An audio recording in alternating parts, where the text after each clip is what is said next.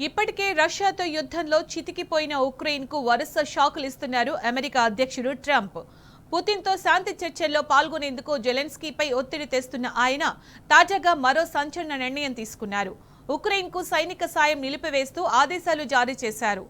Oval ఆఫీస్లో జెలెన్స్కీతో వాగ్వాదం అనంతరం ట్రంప్ ఈ కీలక నిర్ణయం తీసుకోవడం గమనార్హం. అయితే 3 ఏళ్ల యుద్ధాన్ని శాంతి ఒప్పందం ద్వారా ముగించాలని ట్రంప్ భావిస్తున్నట్టు తెలిపింది వైట్ హౌస్.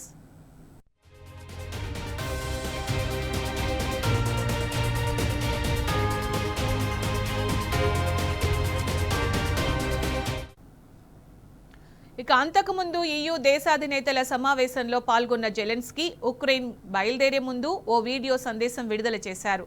రష్యాతో యుద్ధం ముగింపు ఇంకా సుదూర తీరంలోనే ఉందని తెలిపారు. అప్పటిదాకా అమెరికా సహకారం తమకు అందుతుందనే ఆశాభావం వ్యక్తం చేశారు. ఆ దేశంతో డీల్కు తాను సిద్ధమేనని మరోసారి ప్రకటించారు. ట్రంప్తో భేటీకి సిద్ధంగానే ఉన్నానని అన్నారు. ఇప్పటిదాకా అమెరికా అందించిన సాయంపై ఉక్రెయిన్ ప్రజలు ఎల్లప్పుడూ రుణపడి ఉంటారన్నారు జెలెన్స్కీ. తమకు కావాల్సింది సుదీర్ఘ యుద్ధం కాదని, అందుకే భద్రతా హామీలు డిమాండ్ చేస్తున్నామన్నారు.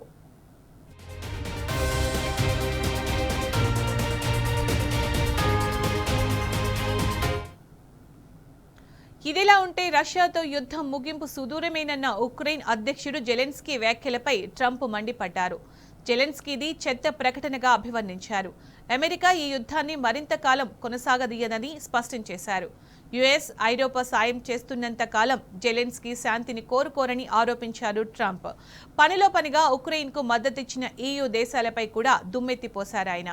అమెరికా లేకుండా శాంతి స్థాపనకు కృషి చేయాలన్నారు.